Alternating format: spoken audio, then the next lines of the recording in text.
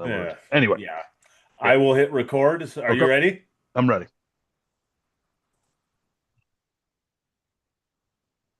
We're back. The film list. You got a list, send it to us. Thefilmlist@gmail.com. And seriously, if you have a top 10 list, your favorite directors, favorite movies, whatever, we'll read them on the air. We're also live on YouTube right now. If you're listening to the audio version, of course, we did this. Could be a year ago, 2 days ago, who knows? But welcome back as we count down my favorite 1,000 films of all time. And today we're doing films 785 to 776. So it's going to be a fun one. Remember, you can go to dvrpodcast.com for all our back catalog and different things. Alien, Earth, Ando and Axel are covering right now. We got Mindhunter, Game of Thrones, everything we covered is on there. And if you like us enough, for a couple bucks a month, you become a patron. So go to patreon.com/DVR. It'll help us out. You can also become a free patron, try it out. If you like us, you'll get exclusive pods early, all kinds of goodies brought to you by the DVR Podcasting Network. And that's enough of the admin. I was gonna say I gotta enter. I'm not gonna enter you. I'm gonna call in my co-host and producer, Ando. Welcome back to our film list. That's mine. Uh, God, we are off on a great start already. Just amazing. I can't wait. This is going to be fun. There's some fun films here. There's some intense films here. There's some films that I was like, do I really want to watch this film again? Because I was not because it was bad, because it was so fucking intense the first time I saw it Right, that I was like, right. it's going to be fun. Yeah, no, it like I was tech we were texting earlier and I was like, it and this is for the audience too. It's gonna start out like, oh, here we go, Heath Solo with some random 80s, you know, movies that are dated and whatnot, but then it gets interesting, dark, really dark, and Yeah. literally dark. So Yeah, yeah, you're right. Oh yeah, literally dark yeah, and pitch black in more ways than one. So so yeah, it's gonna be interesting. And of course, guys, me, Ando, Axel, Brett, we do Around the Couch. We'll be doing our season premiere next week at some point. That's the plan. And then we're all going to be in Portland together. So we'll be recording some pods there and definitely some late night film lists. And our buddy Joe Bear, who was on, was it the last film? No, two film lists ago, right? Yeah, uh was no, it was last no. time. Last week's. Oh, was Joe Bear the Or last one? 2 weeks Two ago. weeks Yep. ago. Okay, yeah. Joe Bear is joining us in Portland. So the foursome became a fivesome. So we went from Fantastic Four to Fantastic Five? Fast Five? Yes. We're definitely more a Fast Five group than a Yeah, Fantastic yes. Four. But Fast Five. Too bad that wasn't on the list tonight. That would have been I great. know that would have been too good. Too good. So, all right. So yeah, you want to get this thing started? I feel like did Let's. we cover everything before we dive in? I think I so. feel like it's been a month, and We it was 2 weeks ago. well, I think we've covered everything at least so far. DVR blah Yo, blah blah yeah, films. Yeah. I think we're ready Okay. to rock. Oh, and I will give a warning. Warning. Warning. We will on the I think the next or the film list after that. There will be a Oh, change. I have decided to do a change, and I only did this once when Treasure of the Sierra Madre was like 994, and Ando was perplexed of why that was there. And and so I changed it because we added Chain Reaction with Keanu, which is better suited there, and because I was doing the list. I'm like, let me throw some cool films at the beginning. This is when I was starting, yeah. and I'm like, wait a minute, kind of probably shouldn't do that because they would be higher on my list, but like I didn't like because I remember like with bogey movies. I'm like, oh, that's yeah, and then I'm like, oh crap, there's so many other bogey movies that I like, but this one You were putting the podcast first, the audience first, to hook because the I and I audience. and I knew you guys were gonna do that one, I think too. So I Hmm. wanted to have some cool films. So that was my one mistake. But I'm doing one more change, and it's a movie that, as Ando, because I hadn't watched it in years, that Ando was talking about. I'm like, I don't remember this being the film, and I was like, how can this be on my list? So that's At 970, Urban Cowboy is out. Booted. So we're going to replace it with a movie from this year, but that's all I'm going to say. And I'll explain why and everything. All right. Ando, coming in at 785. Bounty hunters from the future transport a doom race car driver to New York City in 2009, the future, folks, Oh, the future. where his mind will be replaced with that of a dead billionaire. What film could this be? Freejack, baby. Released on January 17th, 1992. Made 17 million on a $30 million budget. Opened at number 4. That weekend, The Hand That Rocks the Cradle, another film list film, was spending Mm. its second week on top. The opening weekend of Juice, starring Tupac, was number 2. Sip And the number juice. I got enough to go around. Eric B. good Rakim. soundtrack, yes. Very good soundtrack. And the sixth week of Hook was at number 3. So it struggled to get into the Yeah, top here, well, but didn't Hook bomb, but it did well at the box office? it Or still maybe that did. It it still did did okay. well. It just didn't. I think the expectations were super high because of the Right. cast and Spielberg and Yeah. everything. It still Yeah. made a lot of money. And there's actually a ton of people I know that are like 10 to 15 years younger than me that worship that movie. That I Right. mean, they think it's the greatest thing ever. It was like it's a formative movie for them. So So yeah, how can you like the 80s for us? We see yes, movie, it's now it's the 90s with when so yep. understood. Um, so Freejack was directed by Jeff Murphy, who also has other films that people have seen. Young Guns 2, Under Siege 2, a lot of twos. Mhm. He actually tried to leave during filming, but the studio would not let him out of his contract. Written by Steven Pressfield and Ronald Suchet. He's one of the co-creators of Alien and also did the screenplay adaptation for the original Total Recall. And written by Nice. Dan Gilroy, who directed and eventually directed and got an Oscar nomination for writing Nightcrawler with Jake Gyllenhaal. He also wrote 6 episodes of his brother Tony Gilroy's show Andor. Um, so the writers on this are pretty crazy. This is Wow. based on the novel Immortality Inc. by Robert Sheckley.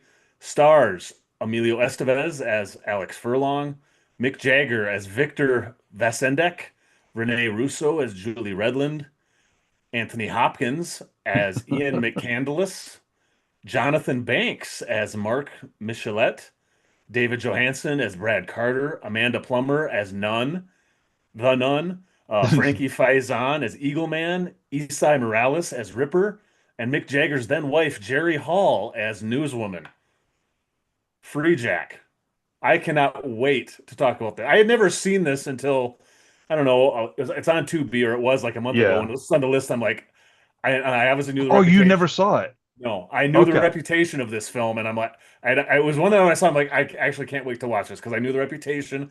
I knew Right, Mick right. Jagger and Emilio, and that's all I knew about it. So I can't wait to talk about this one. Okay. So So this was typical 92, so was renting movies, rented Free Jack. I did not see it in the theater, but was one of those late night rentals that was the typical film around that time for this kind of genre, outdated sci-fi, the future's 2009. yeah, But I was still a big Emilio Estevez fan. And I was like, Mick Jagger from the Stones is in this. And then of course Renee Russo was reaching her peak, like, after Major yep. League. It And was this for Emilio. It was the same year as Mighty Ducks, so he was still kind of at the peak of his popularity acting right, after right. Breakfast Club and all that. And Renee had done Major League right before that, but this is also the same year Lethal Weapon 3 came out. It Yep. was right around the time, right before In the Line of Fire gets. I mean, she's a rising star at this time. Big time. It was at 1 year after Anthony Hopkins won the Oscar for Silence of the Lambs. That that I mean, that is weird. They yeah. must have given him a crap load of money, I Well, guess. and the other with Hopkins, he had 4 films this year that came out in '92, and the other three, Best Picture nomination, Howard's End, Francis Ford Coppola's Dracula, and Chaplin, the film where Robert Downey got his Oscar nomination. So his other 3 films are like big prestige type films, and then Free Jack. And yeah, Yeah. I think he He, said he did this for a ton of money. oh yeah, yeah, yeah. Probably bought a fifth home or something. Or Yes, yes. but yeah, no, it's I recently watched it a couple months ago because I'm like, I gotta see it because I hadn't seen it in a while. But me Hmm. and my buddy Paul Kermizian in film school at Syracuse, I think he either had a Free Jack shirt or a movie poster, Oh, that's when I that's was like, awesome. oh, dude. And he was a big Van Damme fan too. So it was Hmm. like, oh man, I love this dude. So and of course, when we played the game, I talked about when we get bored in a lecture and we put like bad actors in. So Conrad, well, Oh not Conrad, yeah. but Conrad Bain and, you know, Louis Dewey Dreyfus. Well, they're not bad. In Freejack 2, The Revolution, or so. There was a lot of Freejack 2s. But in 92, I mean, I loved this movie. Thought it was like so cool. It was one of those late night watches. I was probably Oh yeah. 16 and I'm like, Uh-huh. oh, I was so into it. And so yeah, always liked Free Jack, kind of futuristic, Emilio, whatever. But then when I recently watched it, I think I liked it a little more. Like it's dated, yeah, it is, if you watch it for the first time, but it's an interesting concept, very Philip K. Dickish, if Yeah. that's even a word. Oh, I think But it totally is. yeah, There's it's gotta be a now. couple of his things I actually think are I think they try to be Blade Runner in a lot of this. They try to be Yeah. Total Recall in a lot of this. I mean, Yeah. it's But for me, it's a fun movie. I mean, it's crazy. It's Emilio running around. I really enjoy this movie. It's a fun it's one. this is a movie that we talked about this a little bit with Ocean's 11, the original. This is a film that is screaming for a remake. The ideas here are cool as hell. Right. The production is very cheap, unfortunately, and like Yeah. like there's some army like some almost Mad Maxy type stuff going where there are all these military people come in and there's like a red tank. It looks like it's made out of cardboard that drives in, and there's like Emilio at one point early on is restrained, and the restraining is literally saran wrap that's wrapped around the bed. I'm like, come on, get the doctors are wearing aluminum foil overcoats. Yeah. Like, oh God, just get and I like Emilio, but this should have been Arnold Schwarzenegger in this film. Oh, I wouldn't be I surprised mean, if and that was the original plan, I maybe. think they offered it to him and he said no. But I mean, it's so much like a Total Recall or The Running Man or one of those Arnold Right. Schwarzenegger flicks from back and then.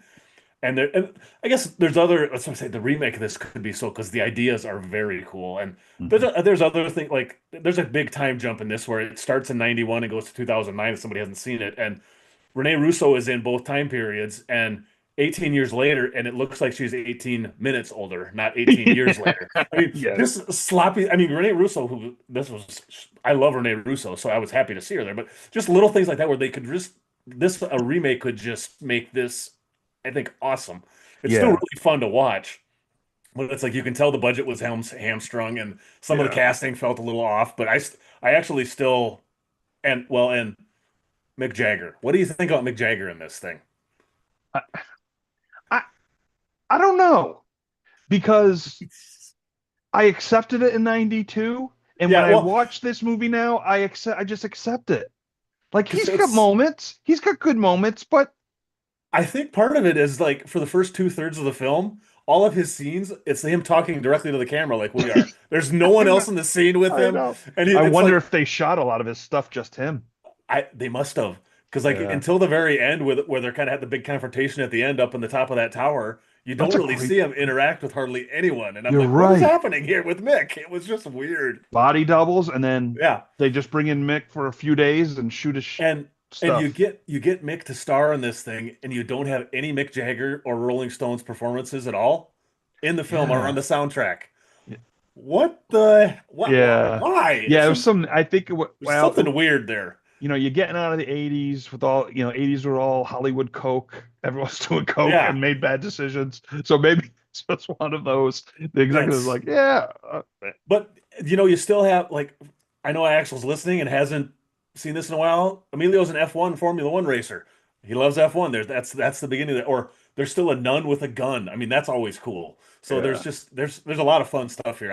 I actually really enjoyed it. Even though I don't give it a high ranking, I really enjoyed it. And I think a remake of this could be like an yeah. awesome No, action it's flick. fun. It's one of my teenage films that I Yeah. liked. And yeah, I'll say, like, when you watch an old film, I'll be like, that's dated, or man, that doesn't age at all. Like how we Yeah. and but I guess in my older age, I'm okay with the datedness. 20 years ago, I would have been like, oh God. Yeah. But as I got Well, older and I appreciated stuff and for I the think when we time they get were made. yeah, when we're older, we have a little better perspective on things because we know what Well, things yeah, used to be like. It's yeah, yeah, it's scary. Anyway, but yeah, I am super glad I went, and it's oh, fun, cool. even though it's not say it's definitely a You have to almost know yeah going in, it's not going to be restore point or yeah. no, Well, or like Blade Runner if I had 2049. It's if I had paid $20 to go see this on IMAX, you know what? I might not be happy with the movie, but right, right. seeing it now, Free on it kind of Tubi. yeah. It's like it has that same kind of it actually has kind of feel of like Adventures of Buckaroo Banzai or some of those Yeah, yeah, it's that 80s type of same. Totally. zany, goofy kind of thing that, and I love that film. So, or Big Trouble in Little China, that same kind of vibe. Yeah. So, I love those films. So, that's it's still really fun. I really enjoyed this film. Cool. Now, I don't know if anyone other than teenagers on the East Coast would like this next film, but I'm dropping it. Well, before you even start, this is another one. I, of course, had heard of this movie. I also had never seen this one. Ooh, sorry. I didn't mean to put you through that. No, well, let's talk about it. Okay. Because I know it's very dated and stuff, and it's very much anyway, Yes. let's talk about it. The story of a man who has started a new hip hop label called Krush Groove. Oh wow. The film Krush Groove. Hey, that's the name. Released on October 25th, 1985, made 11 million on a $3 million budget, so it was a hit. Opened at number two at the box office, behind the fourth week of Jagged Edge. Oh, Number that's three, a film lister way. I love oh, Jagged Edge, nice. just so Number you know. three was the fourth week of Arnold's Commando, and number four was the 17th week of Back to the Future. Oh my God. That was such a Seven hit. and 17 weeks, and the things aren't even in That's theaters for for seven uh, minutes, yeah, let alone Superman. 17 weeks. Yeah, Superman hit POV or pay-per-view last week, Yeah, and I that's couldn't like believe it. 45 days. So that's crazy. It's Um, a different time. this is directed by Michael Schultz, who's also done Cooley High, Car Wash, and lots of TV. He was still making TV as of like 2 years ago. So, Oh, nice. written by Ralph Farquhar, stars Blair Underwood as Russell Walker, Russell Simmons as Crockett, Lisa Gay Hamilton as Aisha, and as themselves, Run DMC, Sheila E., the Fat Boys, New Edition, Curtis Blow, the Beastie Boys, the film debut of LL Cool J, and an uncredited Chris Rock as person standing next to phone during fight. All right. Very dated 80s film, dated. Just gonna throw that out there. However, in 1985, this is around the time I really discovered rap, the Beasties, DMC, Grandmaster Flash. I mean, I was really starting to get into hip hop, and rap. It was like this new thing. Of Hmm. course, the Beastie Boys were like, I mean, for any white kid in the 80s, but no, but it seriously, it was so so I was at a friend's house. Whose house? Run's house. No, Oh God, I missed the setup. Damn it. that's okay. Uh, it was one of my friends. I can't remember which friend, but late night, I have HBO or the family has it, and you're like, oh, the parents are going to sleep. Let's watch the late night movies, and Crush Groove Hmm. comes on. And I was so at 10 years old, so like hooked into this movie. It was like, see, I'm not a huge Purple Rain fan, the Prince movie. I didn't watch it until for the first time until 15 years ago. And I liked it, but I was very upset. That's careful. That's fighting words where I'm from. So Yeah, I know. Just Prince is like royalty here. So well, I know, yeah. But like I guess the Prince character really bothered me a hmm. lot. Anyway, I had issues with it, but I thought the film was good, but it just wasn't a favorite of mine. Crush Groove isn't as good of a film nearly as Purple Rain, but this is it's more my favorite because watching it for the first time, seeing the Beastie Boys, and it's funny, my memory. I could have sworn the Beastie Boys came up on stage and the scene they're in, and they got booed off. And that's how I remembered it. When I rewatched it 4 months ago, Hmm. I was like, no, they're actually like it, and she's on it is the song, and that's like one of their first singles, if not their first before Uh-huh. Hold It Down, Hit 'Em, and all that. So, but I just in Blair Underwood, it's I think his first role. I think he's Yep. really good in it. Hmm. Run DMC, they're good. They play the roles well, and it's dated, but like I just and then all the music, and then of course, yeah, Sheila E was Prince's big background Yeah. singer for a while, and Hmm. so it just like brought me back to that time, and it's really started me getting into a different kind of music, and I kind of like just smiled, and of course the Fat Boys. I think the Fat Boys, They're good in they're this.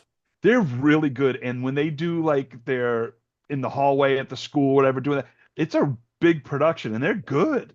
Some of there's not a ton of information about the making of this, but originally they, I guess, had a very, very small, tiny role, and they impressed the director so much that they found more stuff for them to do on the fly while making it because he thought they were so great that they Oh added wow, more yeah, stuff because with them. So they're funny and they're just BSing, and yeah, so it just yeah, so it's one of my, and then yeah, the LL Cool J part, I had forgotten he was in it, and yeah. he was like, he comes in real quick. I'm like, that's LL, holy crap!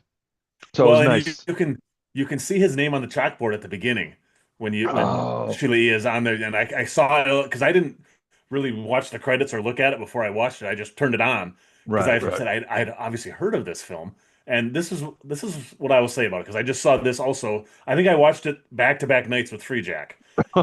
Wow, So, Ando. well, I put it on, and I'm gonna say this is not a very good movie, but it is so freaking fun. I still That love this movie, that's a good way. That's a good way to put it. That's and exactly. I had a lot of because fun with it. like, well, when this came out in 85, at that time frame where I'm living, there was no way to listen to hip hop music Right. yet. Like on the radio here was all stuff like 70s rock. I mean, if I Hmm. wanted to listen to Steely Dan and Air Supply and AC/DC, I can listen to them all day long here. But it wasn't until like the early 90s when some of that stuff was starting to get played here. Oh, And like or I also got old enough to drive places I could go buy CDs and stuff so I could right. listen to stuff. So most of this stuff, like I grew to love almost all of these performers, Run DMC, Yeah. Beastie Boys, obviously, LL Cool J.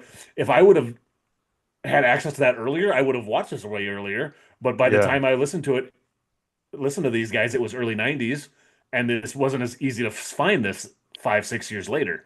So I just never Yeah, got we to it. didn't Now, have like, no interwebs to go. You had to go no, buy the stuff. yeah, you really had to know what you were looking for to do Yeah, that. And he said the performance in this are so freaking fun, and it's fun seeing all these guys so young and before they became big the time. superstars that they are. Yeah, So I yeah, just I just had a smile on my face the whole time. Like the movie itself, yeah, it's predictable and it's yeah. It is. super 80s, but it's fun as Yeah, hell.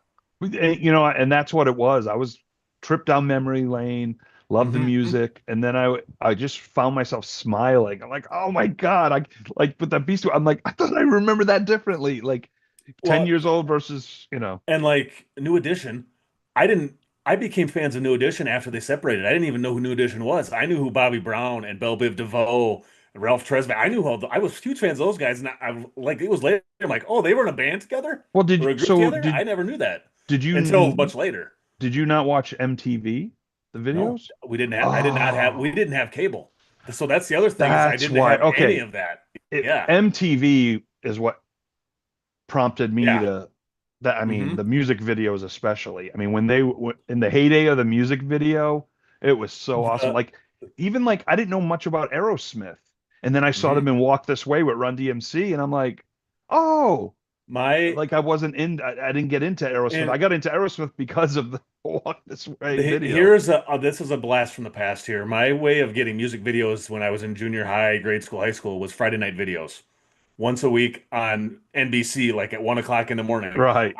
If I wasn't up, I would set the VCR to record it because I wanted to listen to what was going on. But even that's only an hour long show, so it was maybe 10 videos a week, and it Yeah. was always the top 10. So it was Madonna and it was Right. Prince and Right. Billy Right. Joel and all these That's others. So true. I Yeah. knew all those. But like I say, it's I didn't know most of this stuff until the 90s when and by the time I started getting into rap, it was the dawn of NWA and Dr. Dre and stuff. So Yeah. a lot of this stuff had already kind of faded into the back. LL Cool J was still kind of around then, but I didn't get into even the Beastie Boys peak was more a few years before that, before like late, right after Well, yeah, this, and then like mid Fight for Your Right and 90s. stuff. Yeah, they came Yeah, and back then mid again in the 90s they yeah, when they did Ill Communication, because Paul's yeah. Boutique, Hmm. great album, but commercially it wasn't. It's like the hardcore Beastie fans, that's their favorite Yeah. album. It's Yep. really good. I mean, it's really good, but Yeah, it and didn't commercially. Hey Ladies was the, I remember the video, but I think that was it. But wait, because like when I was in, I think a senior in high school, we listened to License to Ill all the time, but that was a couple years before Ill Communication even. So okay, it yeah, because was Ill Communication, and then the one with So What You Want, that was actually that was yeah, before Ill Communication. I was a that's sophomore in Sabotage, I college. think. Had Sabotage on it, I think, right? Hello Nasty was one of those ones too. I think which one? Well, Check. I can't remember What You Want is on. And there's Check Your Head. That was later 90s. So What You Want was on is it, it's not called So What You Want? I can't even Yeah, So remember. What You Want is on. Oh yeah, it's Check Your Head. Check. So yeah, Oh, that okay. Oh, yeah, yeah, yeah. So Check Your Head. Yeah, I was in high school when Check Your Head came out, and then Ill Communication came out when they had Q-Tip on and stuff like that. yeah, Check Your Head was 92. Okay. Yeah. So Yep. Junior year. Yep.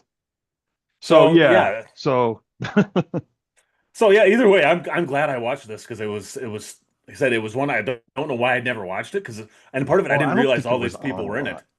Yeah, No, I don't I don't think think it was either. it wasn't. I mean, honestly, flipping through stations, I don't see any major stations that it's been on. No, no, Um, because I was looking, I was like, I was hoping there was a Blu-ray, so of course I was gonna buy it, but of there wasn't. It course. was a DVD. I'm like, "Oh, I might get it, and then I'm like, duh, Tubi. I'll just, I'm you know, surprised one of those boutiques like Arrow or one of those companies hasn't done a special edition of this. why It seems not? like it'd be right up their alley. Yeah. I mean, it's history. I mean, Hmm. I mean, yeah, music would forever, never be the same or whatever. That's exactly right. All right. So yeah. Should we switch Yeah, let's gears go a little this. bit? Yeah, let's switch gears. 783. Now,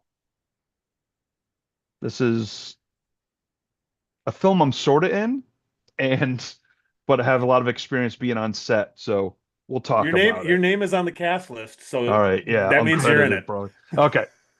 Uh, and my cousin Kevin Centazzo also, but I'll tell the story. Okay. I don't know if he was listed or not, but he's I there. didn't see his name on there. Shoot, I missed Oh, that.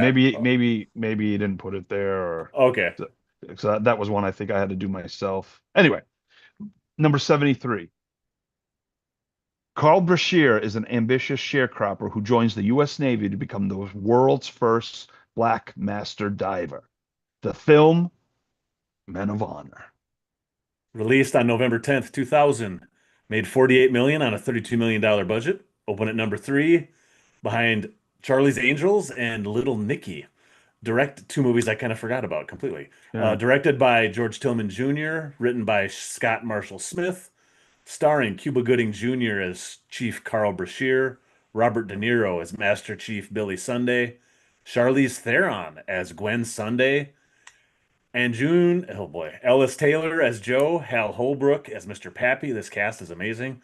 Michael Rappaport as GM1 Snowhill, Powers Booth as Captain Pullman, David Keith as Captain Hardigan, our good friend Holt McElhaney as Yes. MM1 Dylan Rourke, Carl Lumbly as Mac Brashear, Glenn Turman, I've always been a big fan of his, as Chief Floyd, Joshua Leonard, who we talked about in Blair Witch Project, one of his few films he actually did after Blair Witch, as Oh. Isert, Carl Brashear himself as nightclub patron, and Heath Santazzo as Navy deckhand. Yeah, baby. That was huge. Men of That's Honor. all right. So, real quick, I've talked about this before, but my grandfather was one of the survivors of the USS Indianapolis getting sank by the Japanese subs. And so I wasn't sure if this one was like gonna be that or not at first. And then Hmm. it's sort of, but not. But you know. So anyway, but before I even knew about the movie, so my cousin Kevin and Joe, my buddy Joey G, uh, they got in with it's a funny story that I cannot tell on the podcast. But me and Kevin talked about it when I was visiting in Fourth of July. Anyway, so we got into it was like so basically, when you become an actor in LA, you want to become part of the union. But it's a catch-22. If you have no credits, how are you going to get a union job with no credits? You have to do some non-union. But the big thing was getting vouchers.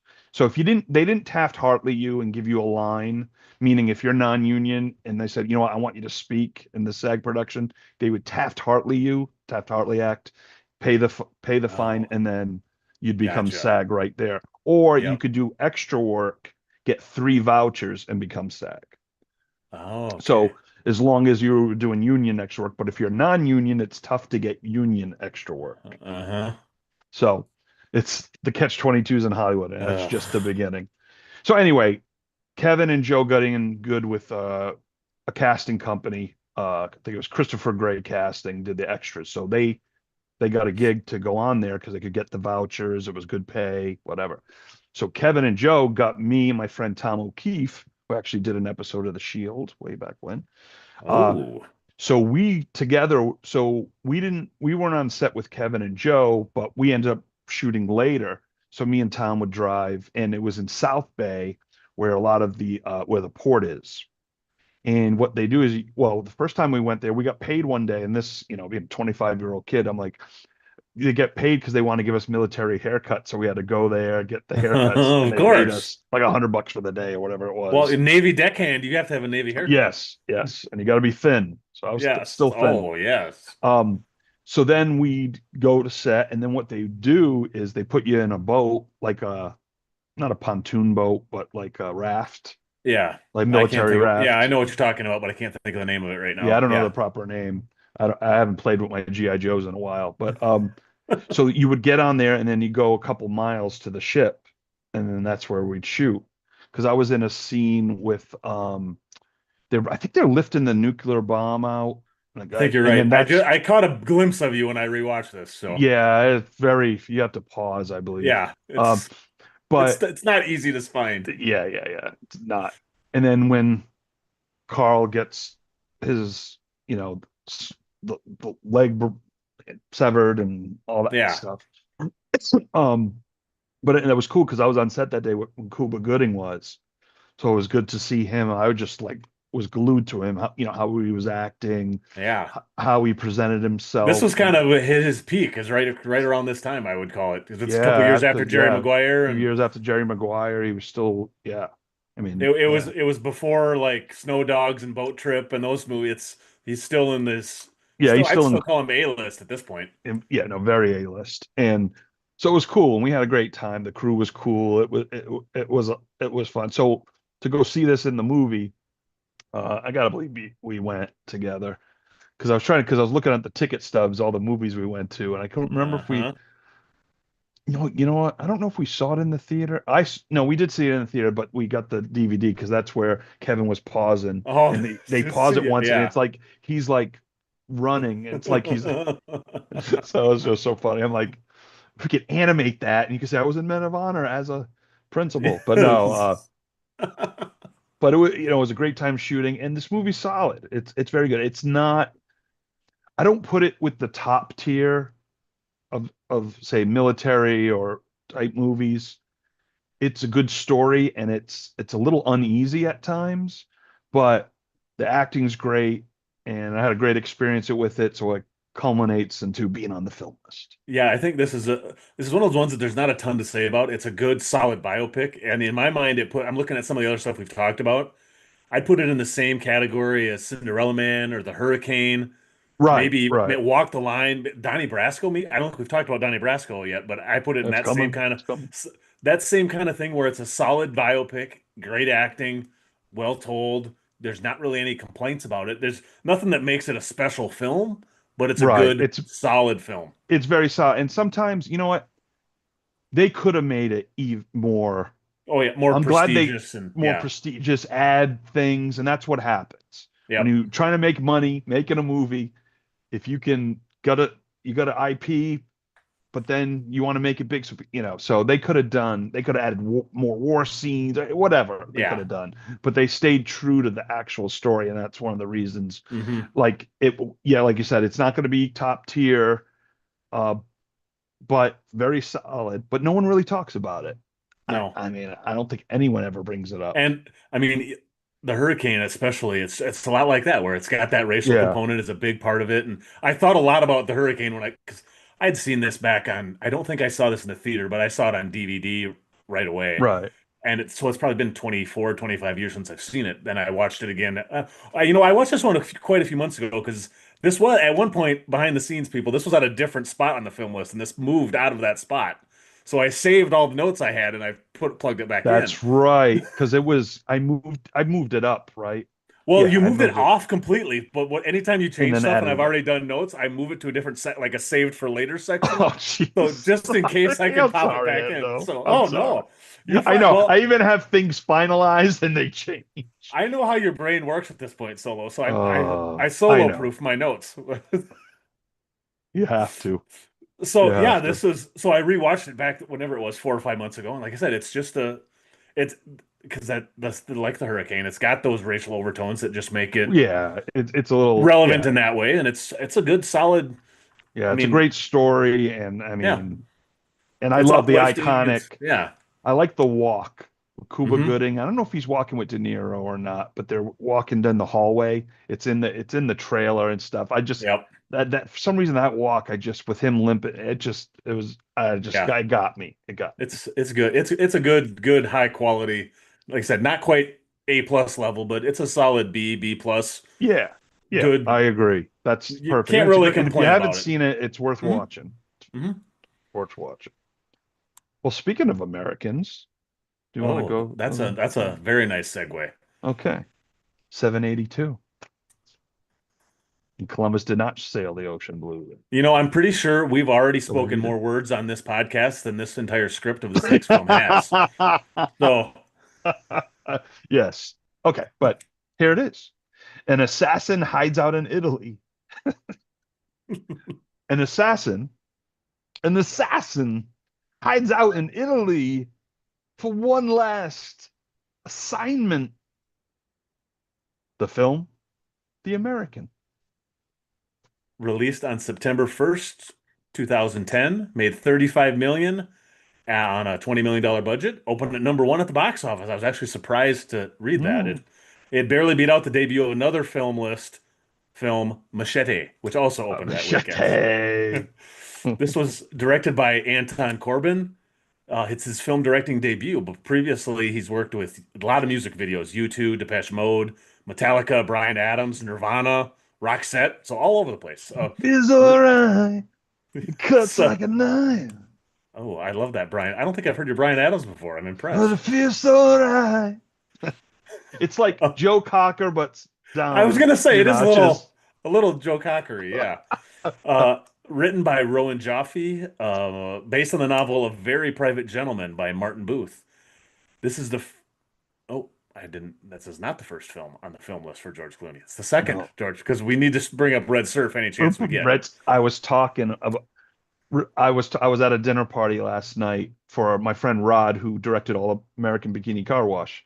He had some people over, and we got into that talk of what are your hidden gems on VHS from the 80s. I had to bring up Red Surf. So so I was talking about it last night. So the fact that We got to wow, do. this is only the second Clooney. Interesting. Well, there'll be more. There'll be more very soon. Clooney plays a character named Jack and Edward. Violante Placido as Clara, Thecla Rutan as Mathilda, and Paolo Bonicelli as Father Benedetto. The American, where it the script for this, I mean, they barely talk in this film at all. There's hardly any Right. dialogue. So I remember seeing this back when it was on, I think, DVD, probably Netflix rental. And I remember thinking how slow this was. That was all I could remember Right. about is it Right. being slow. So it's on Netflix right now. So I watched this, in the last week or two as well again. So what are your Oh. thoughts on The American? So when I saw the trailer, I was like, oh, Clooney as a hitman, I was in. Uh to be honest, I can't remember. No, I didn't see this in the theater. I saw it a Netflix rental. Yeah, I didn't Hmm. make it in the theater to see this. And I was going in expecting I heard it wasn't getting good reviews or whatever. I heard, not many people liked it. So I'm like, that's my boy Clooney. I gotta watch it. was impressed by this film. It's slow, but it sets this tone is what this film should be. It's not about an assassin and ton of gunfights. This It's a film is about a different mood. It's about a a mood. mood, about a mood, about one last job, going in the Hmm. mind of that. I mean, him laying down with the gun by the bed, like that, Hmm. all that hitman type, professional hitman things you have Yeah. to do to proof your place. But the payoff to me, I don't want to spoil it, I don't think, but yeah, I'm not gonna I know it's I don't been think a lot of people have seen this film. yeah, I'm not gonna spoil it just because I think it's one of those films people have forgotten about. But if you Yep. hear it and you haven't seen it, watch it. The payoff is is so awesome to me. Hmm. And then you get the end and you're like, "Oh, what?" I'm like, Yeah. "Is it is so it was a very European, very, Italy, of course, slow pace, but it was filmed great. I loved a lot of so many great shots in this Yeah. film. It's a beautiful, beautiful film. Beautiful film, Yep. and it I liked it a lot more than other people did, and um I go in an open mind a lot of times because Yeah. like one movie I liked and then I was so excited to see what Clooney was Solaris, Oh yeah. the remake, Yep. and I would have loved that movie, but Jeremy Davies, I couldn't. He's a good actor, but it was too much of his. Well, No. he's one of those guys that it has to Whoa. be the specific role because I've had a time I usually love him, but there's times where I that's he's just like one of those kind of He actors. ruined that movie for me, and just because I was just like, just act normal, like you did in Lost. Yep. He, he was so good in Lost, and but if that's what I mean, it Yeah, sort that of could have been what fit the director or the the movie. writing Yeah, wanted. like Yeah, I'm you not don't gonna know. never blame the actor because Jeremy Davis is a fantastic actor. Well, and I think that's Soderbergh too, so I can't imagine Soderbergh would be like Yeah, do whatever you want. But maybe no, he would be. I don't know. maybe I don't know. It just that just got old for me. Hmm. I had enough in Saving Private Ryan. That Oh was my God, limit.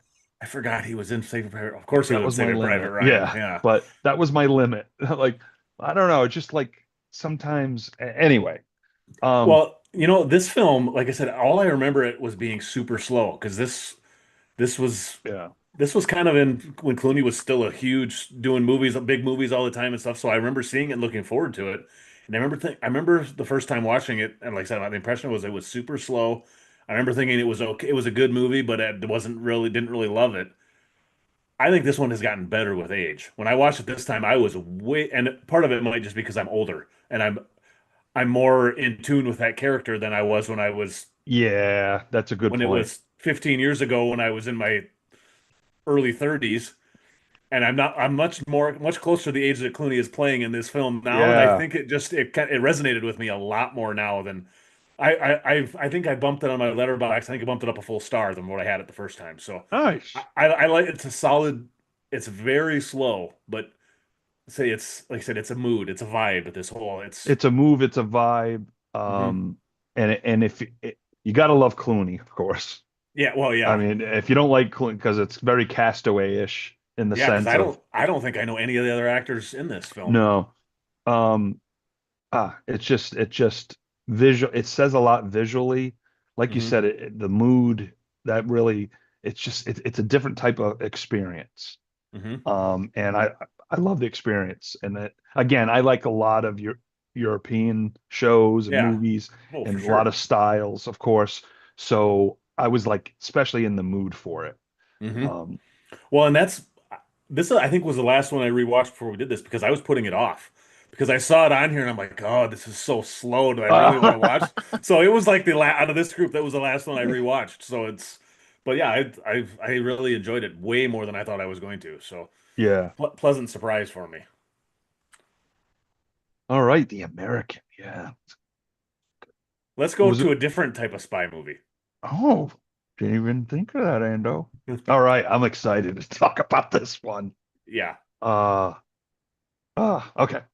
A suave CIA agent and a skilled KGB operative are forced to team up during the Cold War to stop a mysterious criminal organization from using a nuclear weapon. The film, The Man from Uncle. Is it The Man from Uncle or Man from Uncle? I think it's The Man from Uncle. Because the show isn't the show Man from Uncle? I think No, so. the okay. But anyway, Yeah. The Man. I I didn't I just didn't realized that as I was saying it. I messed up on my research on that one. So this actually opened up to almost 10 years to the day, 10 years and 1 week ago, August 14th, 2015, made 45 million on a $75 million budget. Opened at number three at the box office behind the debut of another film list film, Straight Outta Compton, Oh. and a film we have yet to talk about, and we won't for quite some time, the third weekend of Mission Impossible Rogue Nation. So Ah, they opened this movie at the same time Mission Impossible was in theaters, which yeah. seems Now foolish.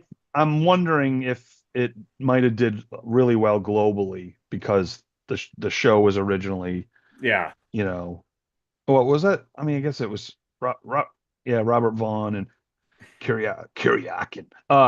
Well, but isn't Rogue Nation is the one with Henry Cavill in it, isn't it? Yes, it is. So you open two spy films Two, starring Henry Cavill within a month of each other. yeah, that doesn't make sense. No, The o- I was trying to justify it, and I don't think I can. Timothy that's Oliphant. yeah. This was directed by Guy Ritchie. He had actually taken 3 years off in between this and his last film, so it was kind of a semi comeback for him. Um, written by Lionel Wiggum and Guy Ritchie. It's the second of their third collaboration. They did the first Sherlock Holmes movie together and King Arthur. It's based on the TV series of the same name. Well, maybe not. Maybe created by Sam Rolfe, starring Henry Cavill as Napoleon Solo, Oh, Armie Hammer as Ilya, Alicia Vikander as Gabby, um, Elizabeth Debicki as Victoria, Hugh Grant as Waverly, Jared Harris as Sanders, and the film debut of David Beckham as projectionist. boy, my boy, Beckham. Bend it, bend it. I can't even think of a good soccer pun. Man from Uncle Solo. The corner kick, man, for Uncle. Yes. Uh, so as you know, listening to the film list, Guy Ritchie's definitely a top 10 director of mine, favorite director. Love Guy Ritchie. And this show, my dad watched Man from Uncle all the time, girl from Uncle. Like, so I grew up watching in the 80s, watching the reruns and this. And so I liked Hmm. it as a kid. Didn't remember a lot, but I remember the gist and the characters. Um, and so I remember my dad has the cool DVD set with it's like a suitcase. Oh, Man yeah, from yeah, yeah. Uncle, that Yep. rare DVD set. I don't know if I hope he still has it because I want to inherit that, Dad. I love Yeah, that. no kidding. Hopefully he's I mean, listening. it's worth thousands and thousands of pesos. Um, but so when Guy Ritchie was going to tackle Man from Uncle, I was like, oh, this is a match made in heaven. And I know it didn't do well. Now I'm thinking of why it didn't do well. I didn't actually see it until I didn't see it in the theater. And I always like to go to see a Guy Ritchie film in the theater, and I missed it. So I watched it first on, I think I just bought the Blu-ray and what ended up watching it. Well, and get this, Spectre also came out like 4 months after this. Wow. That's a, It's yeah. that's, yeah. Spectre came out in November of the same year. Yeah. If Man from Uncle came out, because it came out when? In August. Oh, August. Yep. August. A late summer movie Hmm. with going against all, why not? I guess you could have pushed it to It really, September. and It might have part of been why, well. or you hold it off until March or something. I mean, that would be a good Yeah, winter movie. Part of the reason I bring that up because I think this is one of the most underrated films of the last 25 years. I think this film is awesome. I don't it is. understand that I think people that don't like it, I don't think they've seen it. This movie is so freaking fun. It's Yeah. it's kind of like if Mission Impossible and Ocean's 11 had a baby. I mean, look, George Clooney, Ocean's 11, because it's fun like the Yeah. Ocean's movie, but it still has all the cool spy stuff that And Mission Impossible has. and Guy Ritchie, let's face it, he can direct. His Yeah. shot selection, It's just It's amazing. I get so sucked into his stories because I just love the way he moves the camera and the shots he gets. It's one of my favorites shot makers, if and you will. the thing with Richie, I like we've talked about him a few times now, and I'm not a big a fan of Richie as you, but when I love his stuff, I really love it. And this is one of his ones where the humor really works.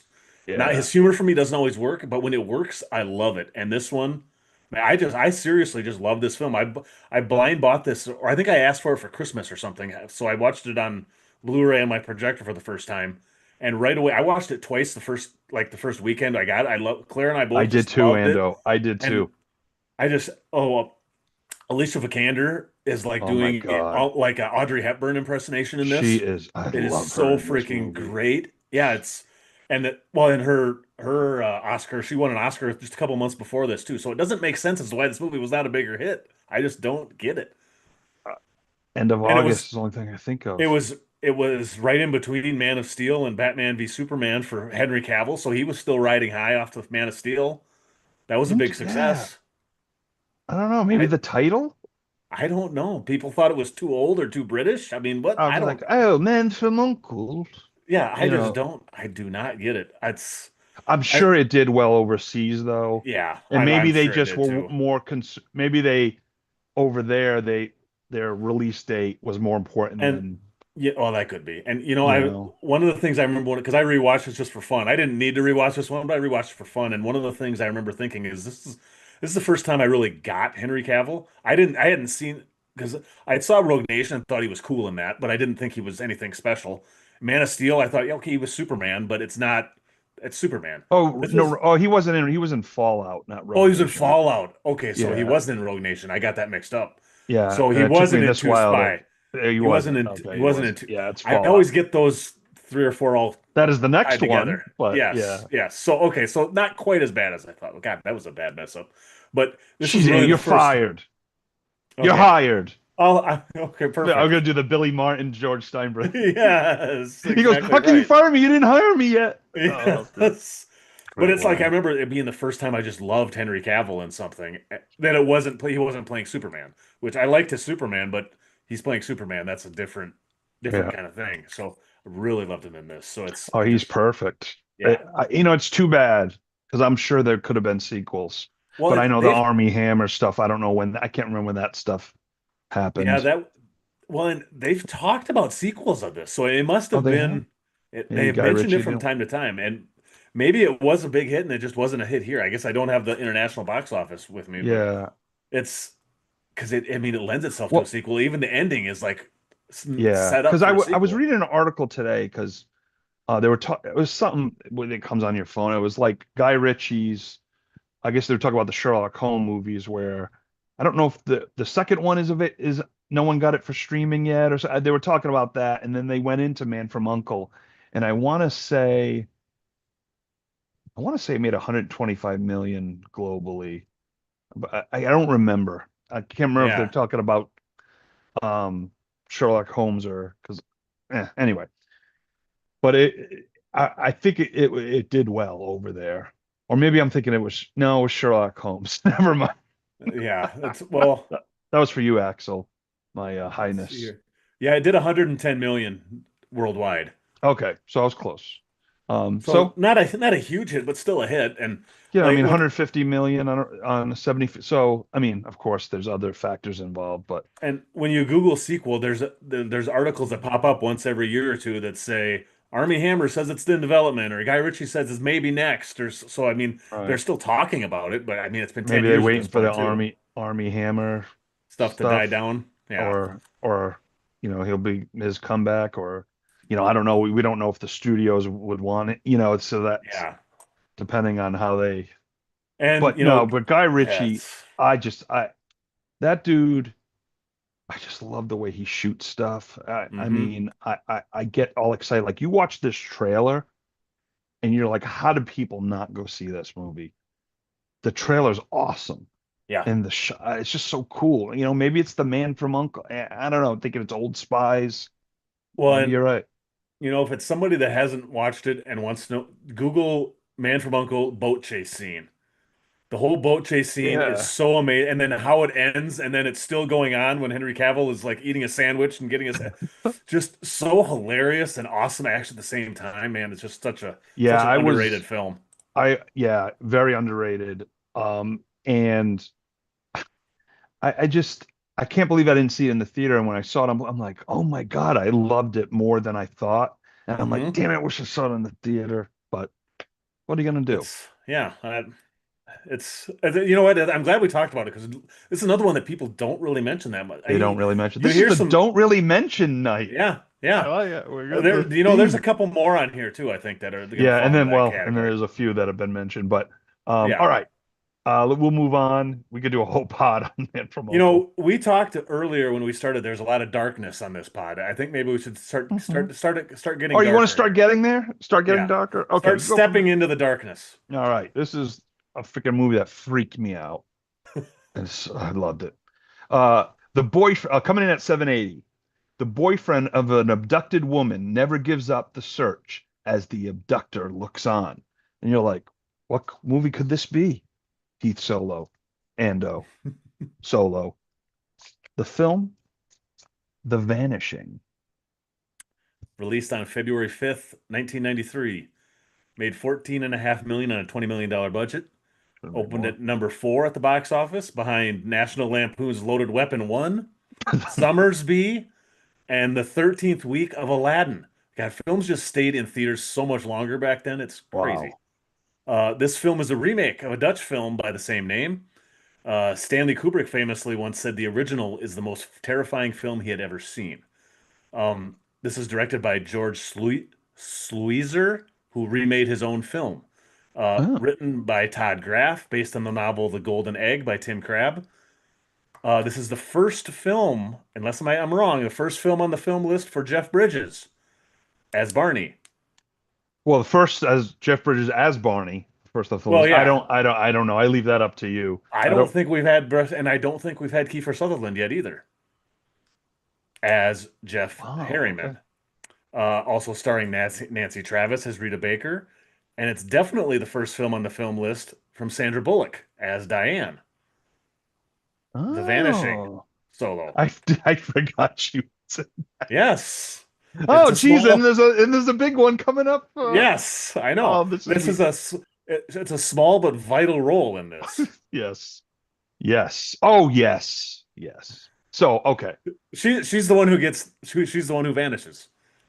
right, okay. I mean, that's not really a spoiler. You find that out like 10 minutes into the movie. We won't tell you the ending, but Yeah, Jeff Bridges is abducting women and their husbands and tormenting the husbands, and it's a classic.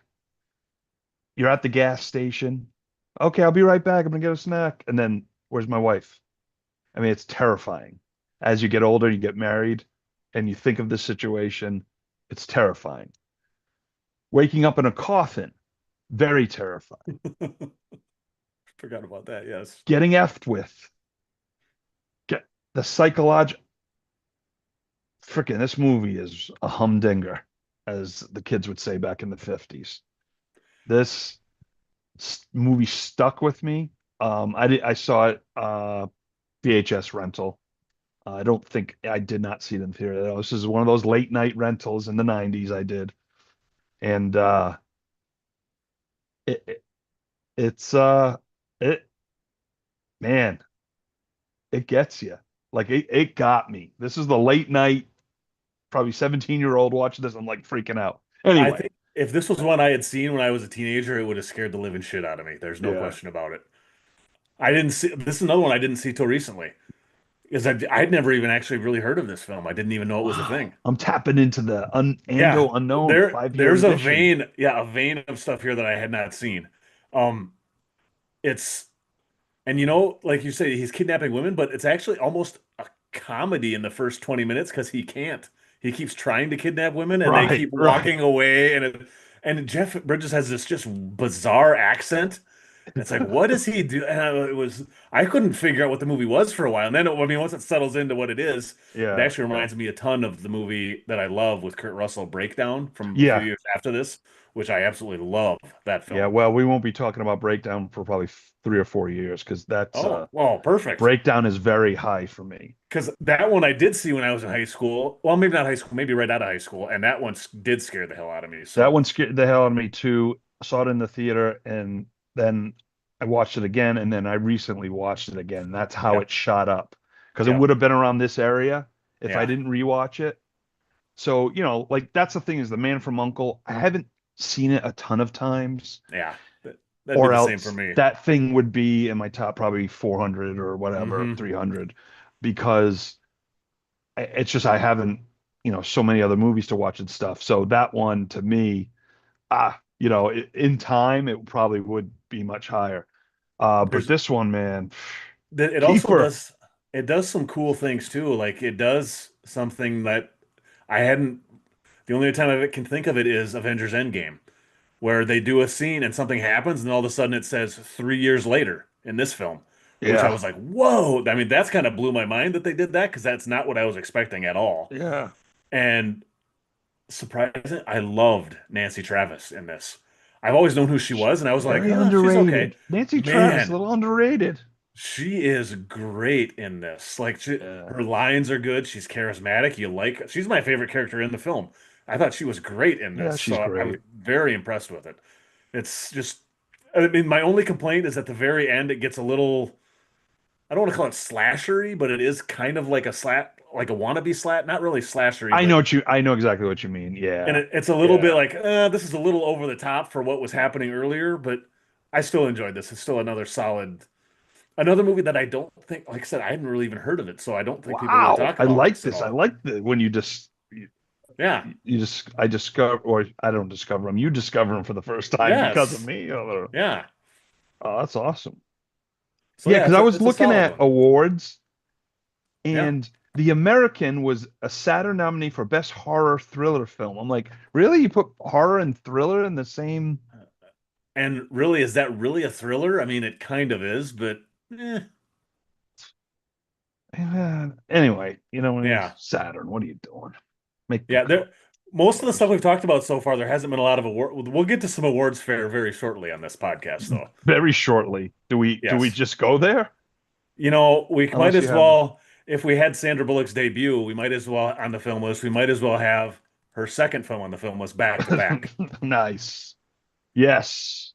So coming in at 779, 28 day. No, just kidding. An engineer on her first space mission and an astronaut on his final mission have to survive in space after they are hit by debris while spacewalking.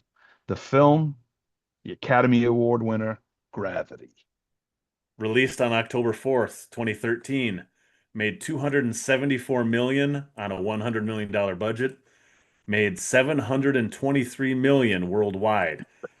Opened at the number one at the box office with 56 million, stayed there for 3 weeks.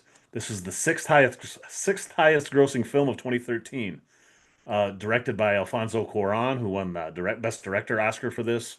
It was his first film in 7 years when he made this. Children of Men was the one previously to this, which is another awesome Love film. children. This was written by Jonas Cuarón and Alfonso Cuarón. Like I said earlier, it's the second film list film in a row on this podcast for Sandra Bullock. She plays Ryan Stone. This is the highest grossing live action film for Sandra.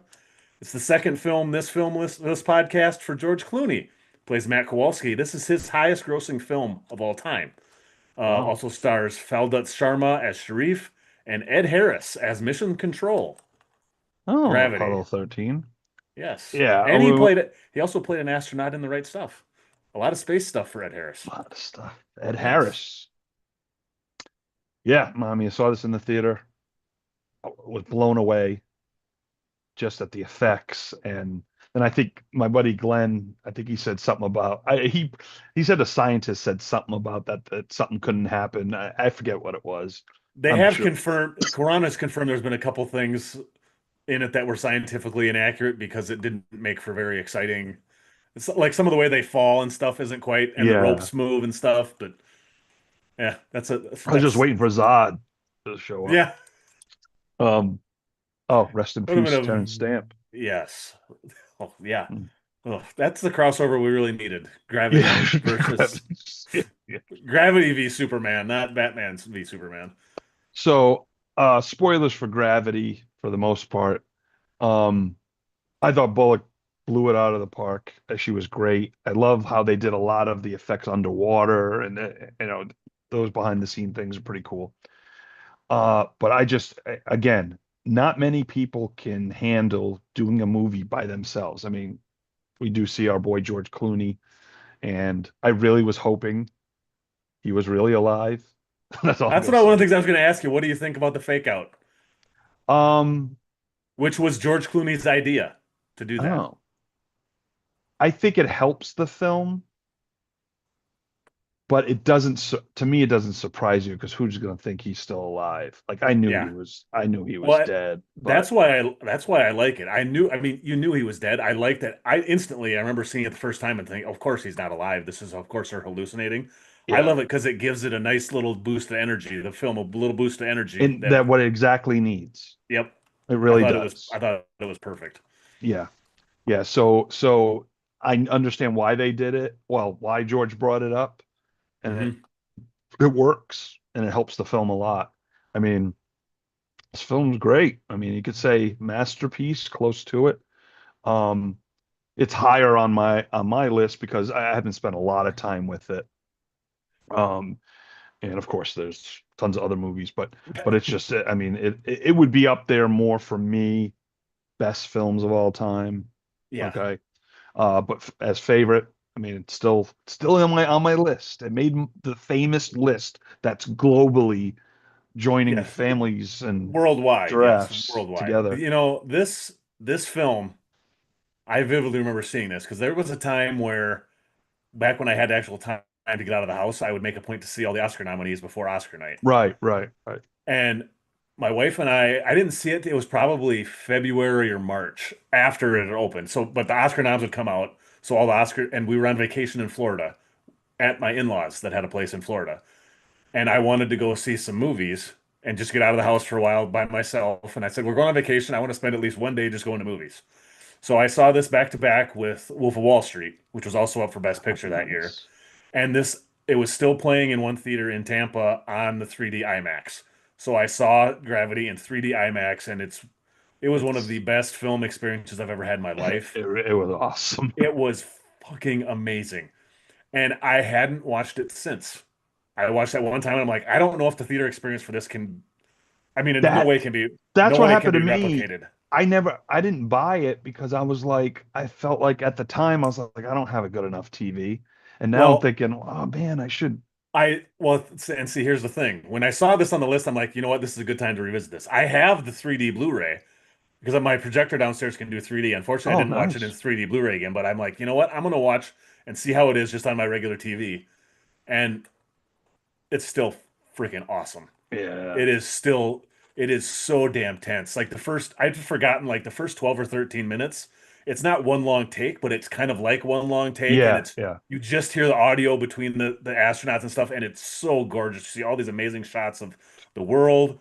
And there's like a sense of dread after the first attack comes, and then you know that it's going to be another whatever 90 minutes in time, and you start to see the debris coming from one side of the screen, and it's slowly coming, and then when it gets there, Um, it rips through, and it's just like this just sense of dread watching the whole movie, and it's just and the thing like about Sandra Bullock, this movie reminds me of how why I love Sandra Bullock because she is so in this film, she is so like confident, but has this nervous energy, but also vulnerable all at the same time. And right, right. unlike any other actress I can think of, she is so awesome in this. I forgot how great she is in Yeah, this. no, she's one of my all-time favorite actresses, top five. Yes. And I just love watching her on screen. And this to me was a role that I knew she could pull off,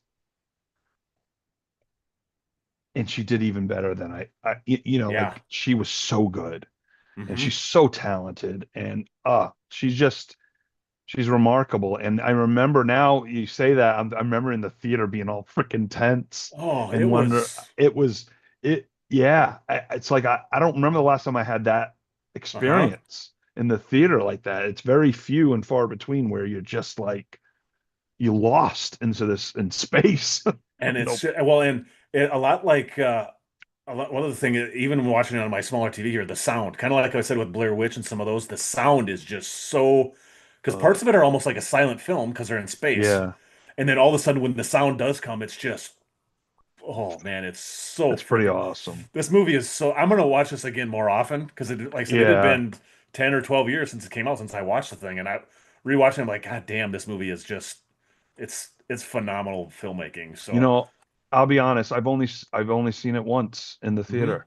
Yeah, and that was So the second time I saw it was last week, or the second time I've ever watched it. so So again, that's why I can't say it's my yeah, top 200 favorite film. I've only watched it once, yeah. but it stuck with me that much, and I remember hmm a lot of it, and it's such a good film. The there's a couple of cool trivia things about this one too. Oh, all right. 80% of this was filmed in CGI. The only thing that was not CGI and green screen was the last like 2 minutes. Unbelievable. And originally he backed out at the last minute. It was not supposed to be George Clooney. It was Iron Man himself, Robert Downey Jr., and he Oh, backed out wow. right before filming started. And it was also originally it was supposed to be with Angelina Jolie, but Coran couldn't get the funding at the time, so it took another 3 or 4 years to get funding. It was also offered to Natalie Portman. Portman would have also Wow. been great in this, but I Yeah, she would can't have been really picture good. anyone It's else but tough Sandra now. It's Bullock tough here. now. Yeah, You can't, I mean, they would do great jobs and for different way, but like it's like when you do the casting what ifs, yeah. you almost have to get your brain erased who did it and then hmm see the movie with them in And it. and with this one, I can't imagine anybody but Sandra Bullock doing this now. Yeah, It's no. this is her, even though she was only nominated for this and didn't win Best Actress, this is her. I think this is her. Maybe it might be her finest hour I for think I think her acting. performance is much better than the Blind Yeah, Side that she did yeah. win for. hmm Though she's great in it, but this one to me stuck with me. And have you seen or know of the spin-off film of this? Oh. It's a short film, 7 minutes. It's called Anangak. It shows the other side. If you remember the film, there's a conversation after she gets. It's either when she gets into one of either the Russian or the Chinese spaceship and she calls on the radio and Hmm. this fisherman from a different language talks back and he's talking about putting his dog down. The 7 minute film is seen from the other end of that Oh, conversation. wow. That's And it's cool. I directed like by that. Jonas Karan, the director's brother, Oh, wow. who co-wrote the thing, and they filmed it, and you hear Sandra Bullock talk on the Where radio to the fisherman. can you find this anywhere? I think it's on the Blu-ray. I'm sure it's on YouTube Oh, somewhere. it is on the Blu-ray. Oh no, Yeah, I'm pretty sure it is on the Bluray. I I know gotta I've seen buy it. another one. I didn't rewatch it, but I saw it way back when it came out because they kind of used it as a publicity thing to help market the Oh film. yeah. It's a cool little 7 minute Oh, short I film. Yeah, love other ends of converse when things yeah, happen that you yeah. don't see. I love seeing And those missing pieces. I'd forgotten about that part until I was watching it last week, and I remember the conversation. I'm like, oh yeah, there's a little spin-off thing here. So yeah, it's a cool little. It's such a great. I'm glad I another film I'm glad I revisited because it's just a Nice. freaking awesome Yeah, movie. it really is. hmm All right, So we yeah. got three movies left, so let's move on. And you know what? Before we get to the darkest of the dark, we can do one that's a little more cheery.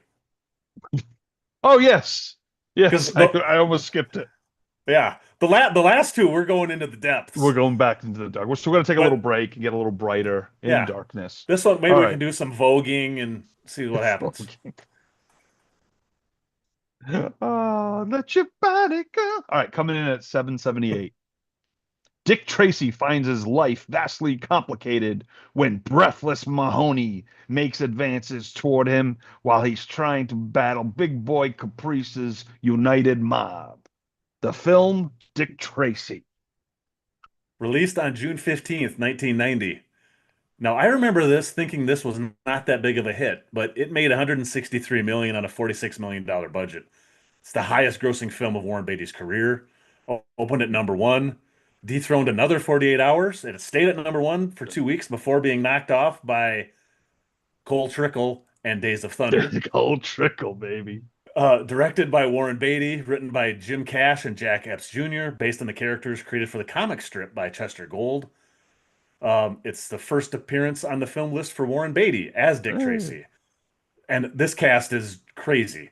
Al Good. Pacino as Big Boy Caprice, Madonna as Breathless Mahoney, Glenn Headley as Tess Trueheart, Charlie Korsmo as the Kid, Seymour Cassell as Sam Ketchum, Charles Durning as Chief Brandon, Dick Van Dyke as DA John Fletcher, Kathy Bates as Mrs. Green, Dustin Hoffman as Mumbles, Come on. William Forsythe as Flat Top.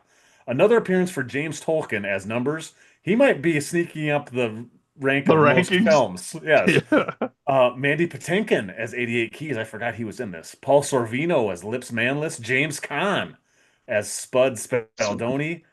And Catherine O'Hara as Texie Garcia. Dick Tracy. Let's talk about it. So I know it didn't. I had the memory that it bombed. Yeah, I did too. I was shocked Um, when I saw the box office receipts. but again, this was another one. I actually saw this in the theater, and then watched it again on the old video, and then watched it. I want to say 5 years ago was the last time I think I watched it. Anyway, I think this is underrated film. It's fun. The characters are great. It's very it's got the old comic strip vibe. Not quite Sin City, but like it's something lower than that. But you know what I mean? Like it just there's the way the color scheme of the yellow, of It course, and reminds me of two films. That's one of them. The other one is Tim Burton's Batman. right. A lot. So yeah, yeah, But yeah, yeah. Actually, you're right. It's right. It even does. actually, if you listen to some of the score that was also done by Danny Elfman, it's kind of like he Oh yeah. recycled the Batman score. It's kind of hilarious. It is. It is. Yes. But I love this movie. I was, teenager. I dug it. Always. I don't know if did Dick Tracy have cartoon? What's that cartoons? Dick Tracy cartoon? I Can't think there might remember. have been some cartoons too. I Might can't have remember seen. if there I was know or they were not. the old serials, I think, or Yeah. whatever. And um, but I can't. I mean, I knew of Dick Tracy. Yeah. Um, I just That's don't kind of where remember. I was. I knew of it. I knew of the I don't know character. if yeah. I think I might have saw him in the And comics or I think there something. was some really old black and white like TV Movie or serials. movie Yeah, movie serials. serials. Yeah, that they definitely did those, I think. Uh, but I enjoyed this film and um, Pacino. This is what Pacino did Sea of Love, then I think then this because he was took time off for a while. Yeah, well, Pacino. he went a lot. He went back to doing Broadway That's or right. act a lot of acting stuff Shakespeare on and stuff. yeah live theater. So Um, yeah, because I think this is before. Oh, I'm trying to think. Well, Scent of a Woman was what like 92, 92. 93. Yeah, so he was still kind of around, but I think this was one of more of a. I think he had a few years off in there Yeah. around this time. And I don't have it with me, but and I remember Dustin Hoffman's mumbles. I'm like, is that really Dustin Hoffman? well, and that's like half the cast of this awesome cast is under so much makeup you Make can't even yeah, tell that it's them. yeah. Except for But James Caan, who has like this one little pencil mustache. oh Like yeah, yeah, you yeah, could yeah. tell James Caan somewhere's like, I ain't putting that fucking shit on. And That's I I love the kid. I love the little kid. He's yes. cool. I forgot Mandy Patinkin. That's right. I Oh, that's forgot he was in it awesome. too. Yeah, the piano player for Breathless. Yes. Yeah. But and you know what? I like Madonna. Sorry, Guy Ritchie's former wife. Yeah. Oh, that's right. I forgot about It's that. all tied Yes. in together. I Hmm. like Madonna. I liked her. I still like her. So, This this thing, I hadn't seen this in a very, very long time. And I had the Blu-ray sitting here and I watched it, I don't know, a month or so ago, 2 months ago. And this one, I forgot how good and neat this production is. Like mhm. tons of matte paintings, which I love. Like that doesn't happen anymore. That's all CGI backgrounds Right. now. Yeah. And like the makeup still looks amazing. Like everybody is all made up with all this makeup on. It still look really amazing. You Yeah. said the colors.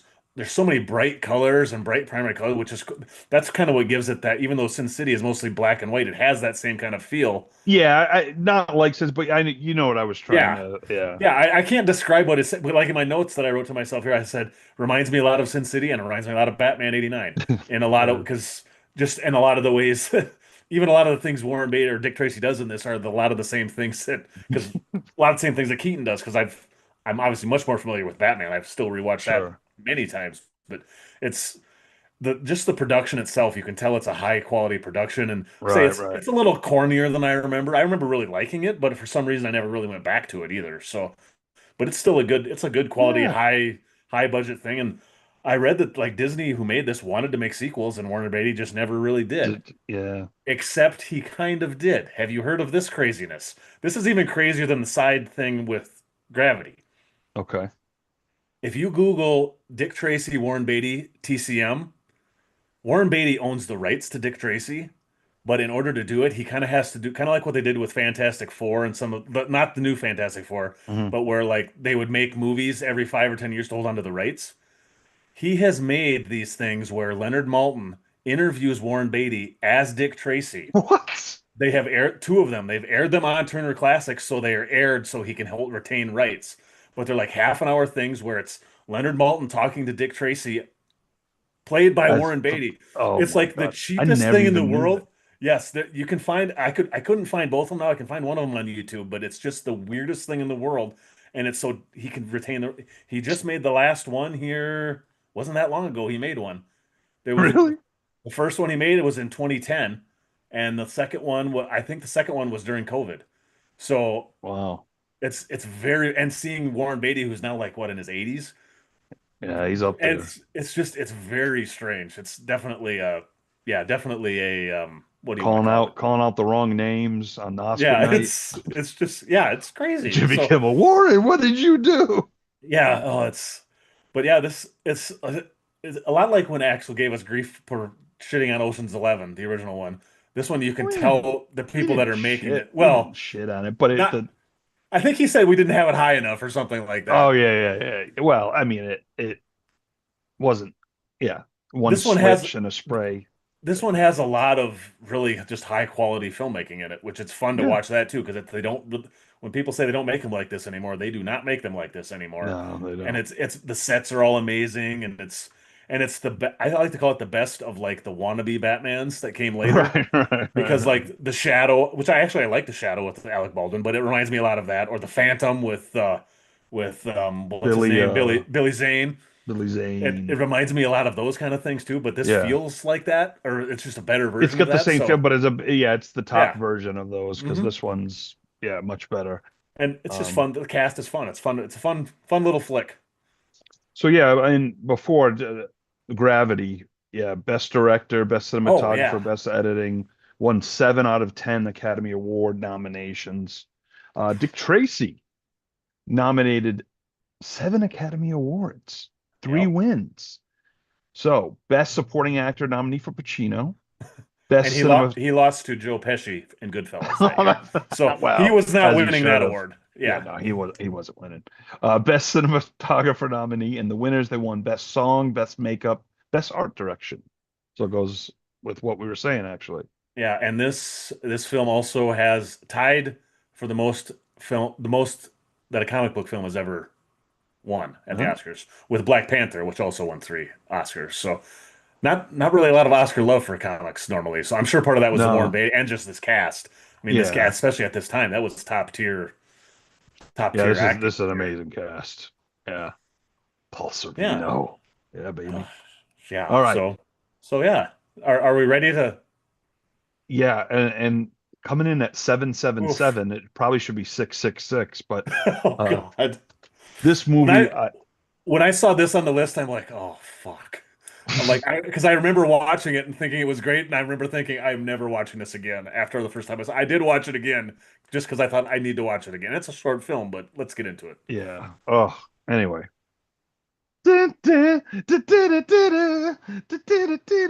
drug-induced utopias for 4 Coney Island people are shattered when their addictions run deep. The film Requiem for a Dream. A limited release on October 6th, 2000. Made 3.6 million on a 4.5 million dollar budget. The first film to make the film list, directed by Darren Aronofsky. This was his second film overall, so very early.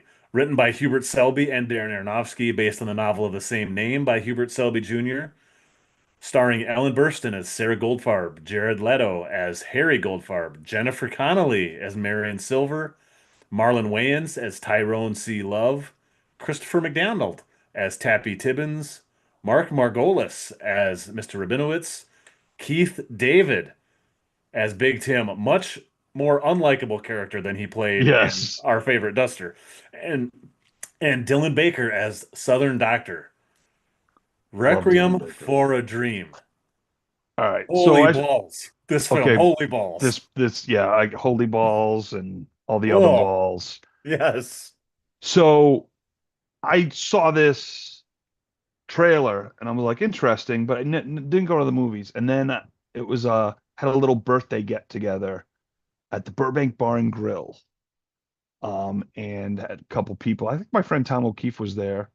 Um, Kevin E. West, actor and ton of stuff, used to run this thing called the Actors Network that I belonged to, where it was to help learn and guide your career and what to Hmm. do. And it was Like a really great. mentoring kind of thing. Yeah, like it wasn't like it's not like we're not here for the fundamentals of acting. We're here how to market yourself, how Yep. to get out there, and it was like it was the best. I loved it. There was so many Hmm. good people there. I met my friend Aaron, the scrapper there, and a bunch of great people. And it was the best. So um yeah, so it was him.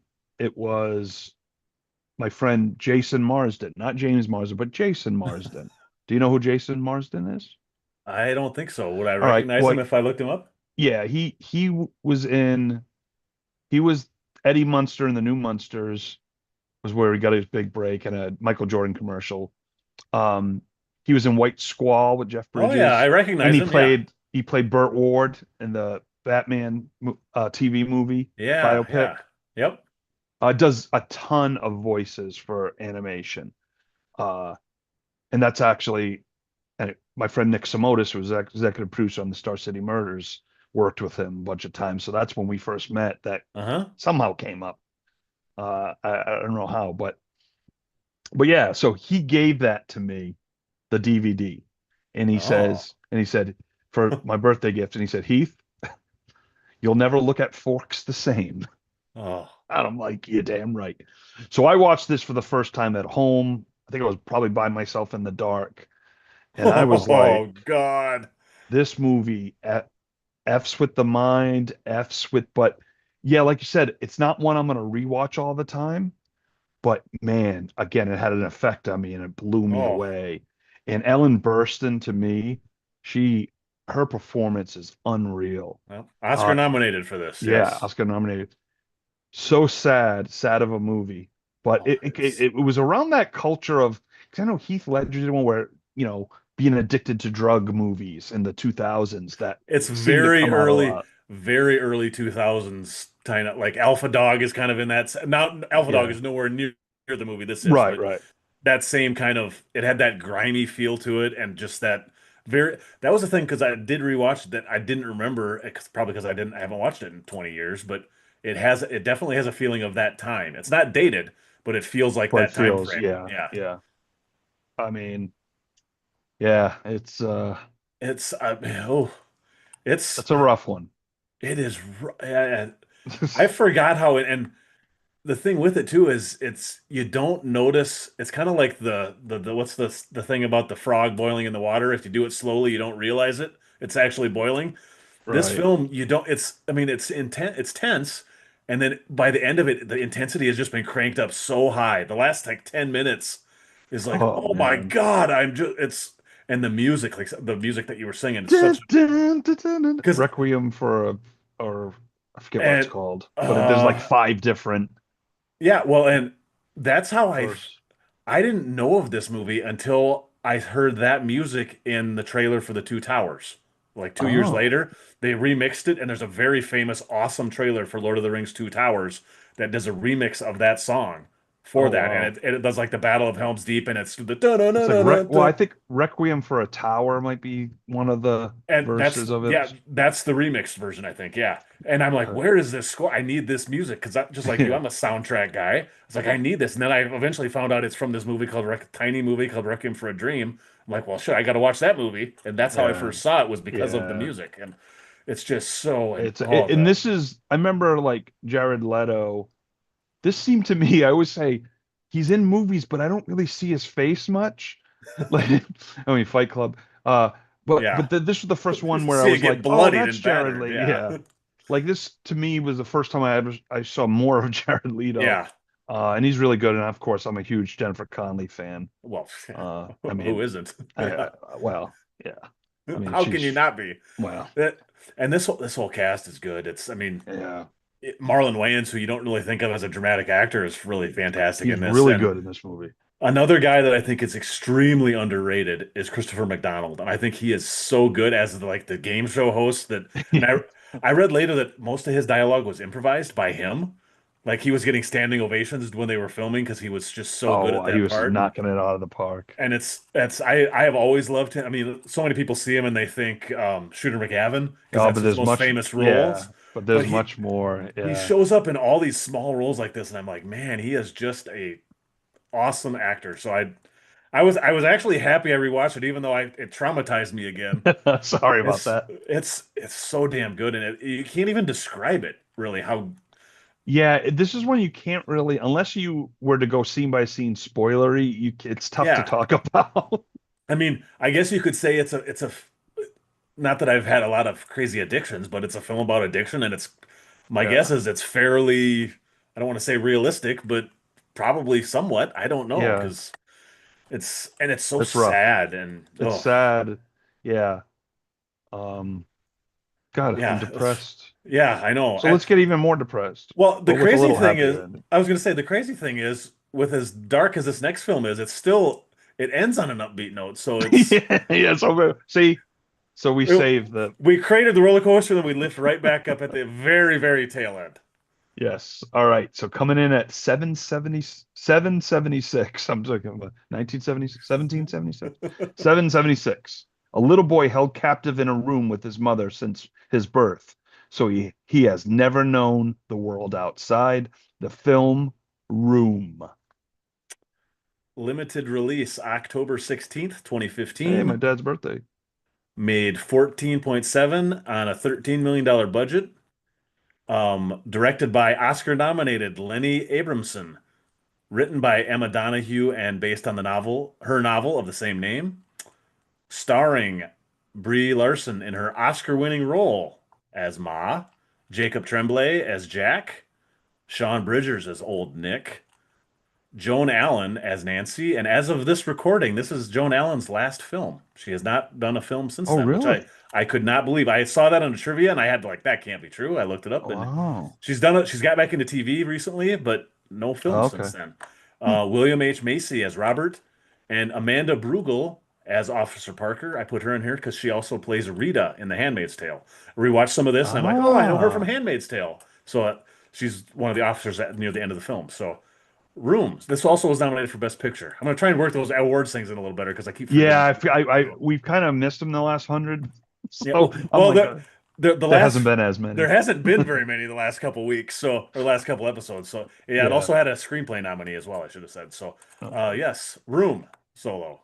Yeah, so I first saw this film. I didn't see it in the theater, but I saw it on a little screen at home. I had one of those SAG Award screeners. So, what years? Yeah, so I would have watched it Yeah, with 2015. my then girlfriend uh, at her place in That's a Sherman hell of a Oaks. hell of a date night movie. Yeah, yeah, it was pretty impressive. Well, we'd been dating a year, Okay, so over a year, so yeah, I already gone to the Czech Republic for the first time, and okay, so it perfect. was You're in fun. good shape. I'm in good shape. But man, talk about when we talked about the vanishing, Yeah. talk about another, I mean, the whole abduction, getting, I mean, I I didn't mean, think of it. This could be the other end of the vanishing. This could have been like yeah, the in-betweens. yeah. Um, but the fact, them being held captive and what they had to go through and I mean, just the confined space but what's funny is the film makes it seem a little bigger because then when they go back and do a scan, I'm like, oh my God, that was that tiny. Yeah. And It's yeah. it's not an uplifting movie, but I was very satisfied Hmm. with what happened. And but the adjustment period too, and there was just a whole many so many levels to this. I mean, think about being a kid and you living in this little room your whole life. Yeah, I mean, it's one of those films that it's a great film, but it's also one that really, I don't want to say makes you think, but it for me especially, it put me in that perspective of thinking about how I would deal with that situation or being in that situation. And right. not all movies do that. Like when I'm watching The Yeah. Man from U.N.C.L.E, I'm not thinking about what it's like to have a boat race down the middle of London or something like that. So it's this it's realistic in a scary way. Yeah.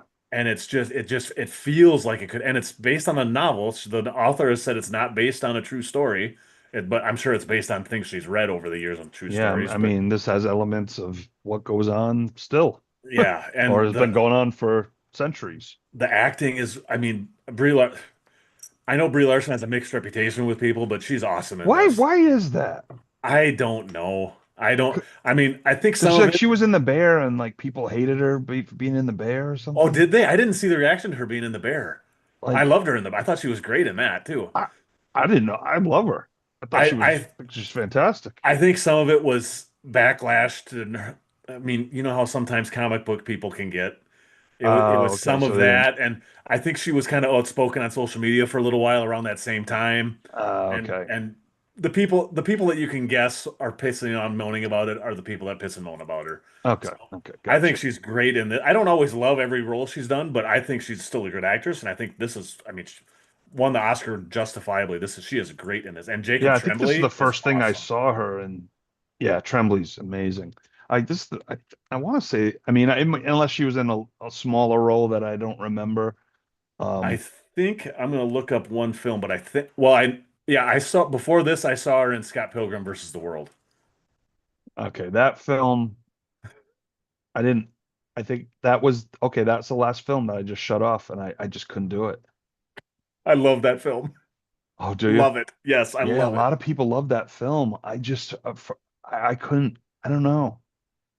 She's one of the exes of Scott Pilgrim. She's the See, I singer. wanted to see all that because I heard that I liked a lot of people in them, and I get it, but I don't know. You should try it again. Chris Evans I is think I also will. I awesome in think that flick. yeah. Oh man, no, man, no. I think I And have seen the whole thing now that Jason I. Schwartzman.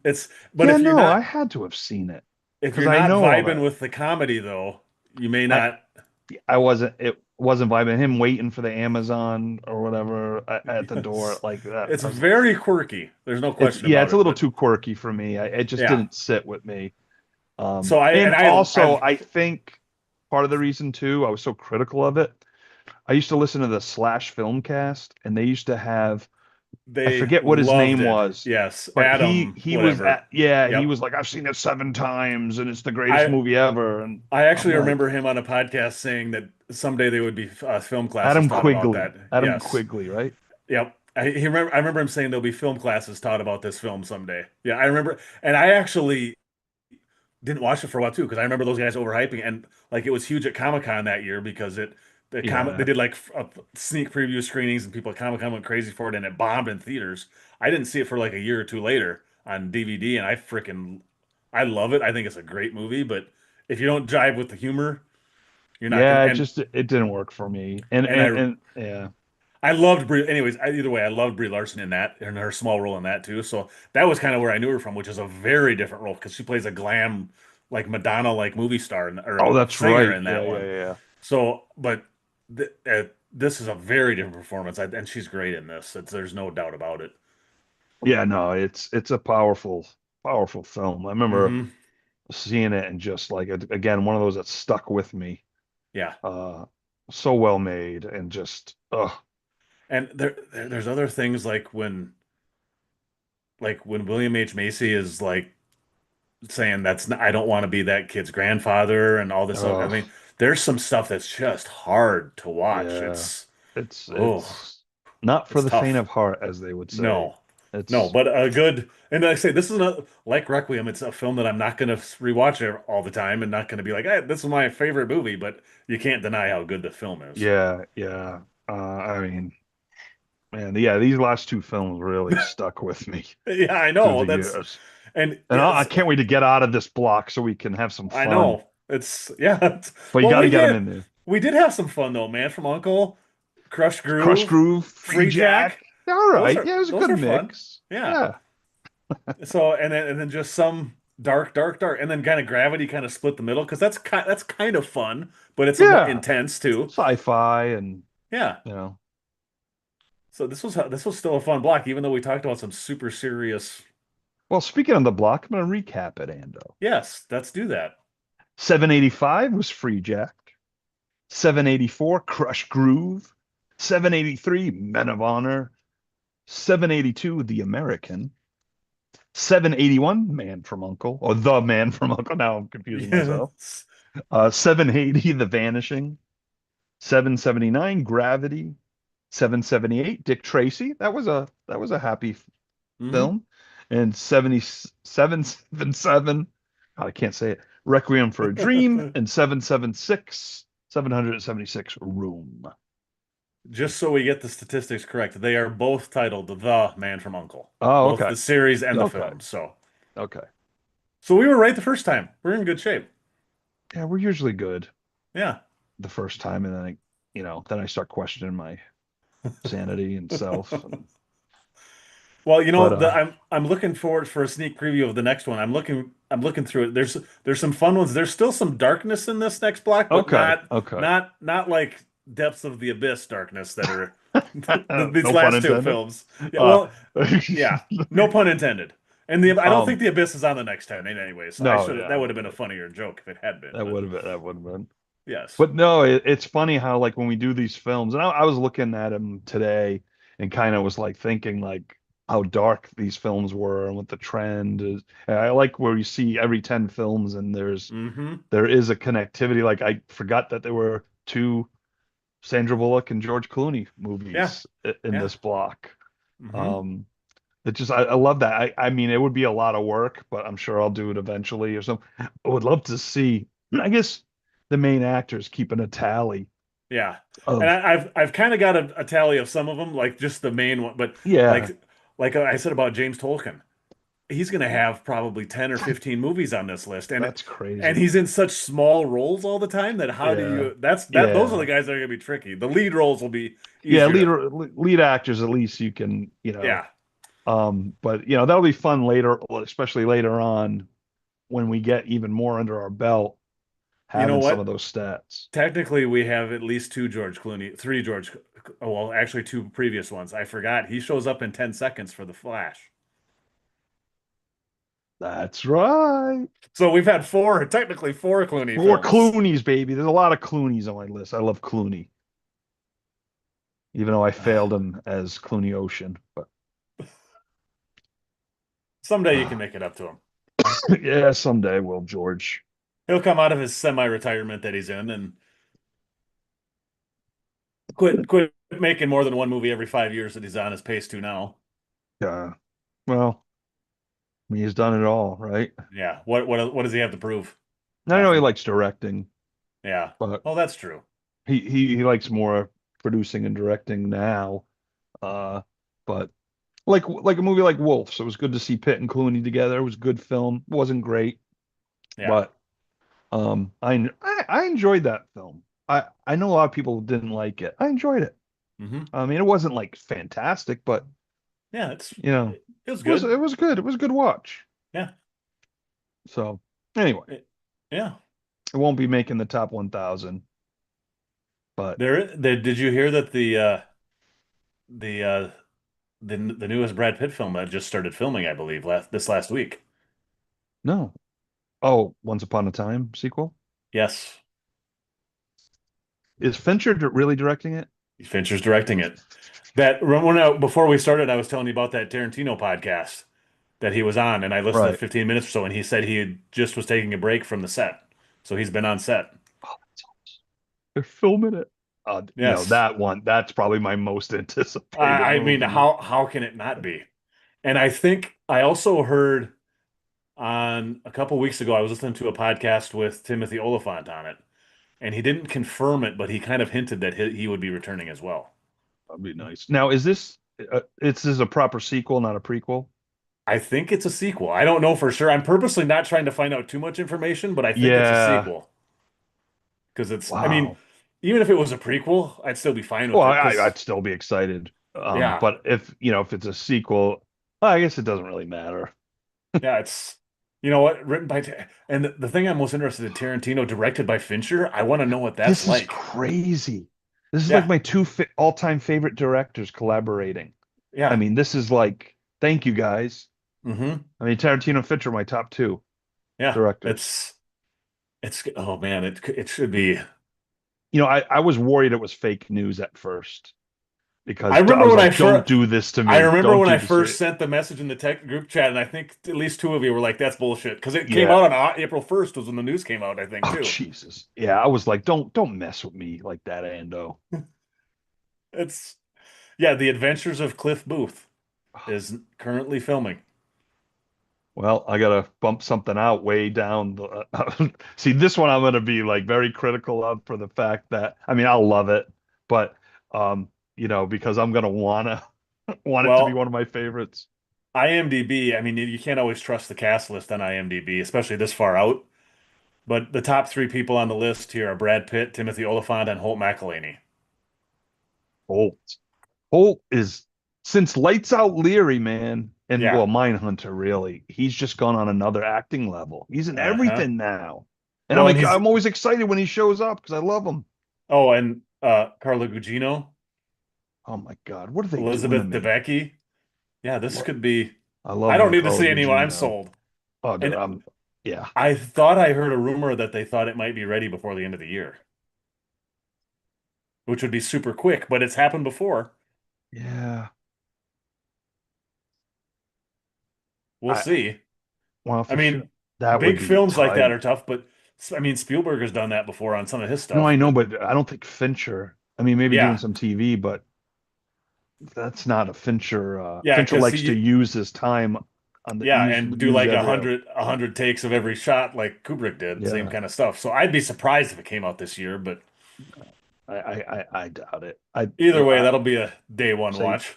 that would probably be. I would say. I mean, it could be that could definitely be a summer movie in between like blockbusters or something. Well, it's Netflix though.